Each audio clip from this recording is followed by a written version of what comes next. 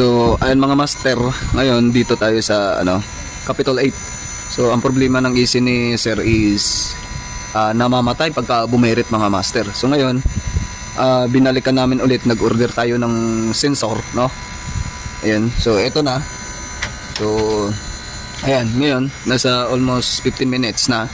So hindi na namamatay yung compressor ng AC, no? So tuloy-tuloy na yung niya, andar niya. So nag-a-adjust din yung ng compressor. So it means, ibig sabihin niyan is condition na po yung ating sensor. So ang problema nito, sensor, no? Daikin sa mga master, ayan. Ayan. So okay na yan mga master. So ayan. So abang-abang na lang po kayo sa ating mga panibagong video. So almost ilang weeks na rin tayong hindi naka-upload kasi sobrang busy na po tayo mga master. So ayan. So hanggang dito na lang muna yung video natin mga master. So have a nice day mga master.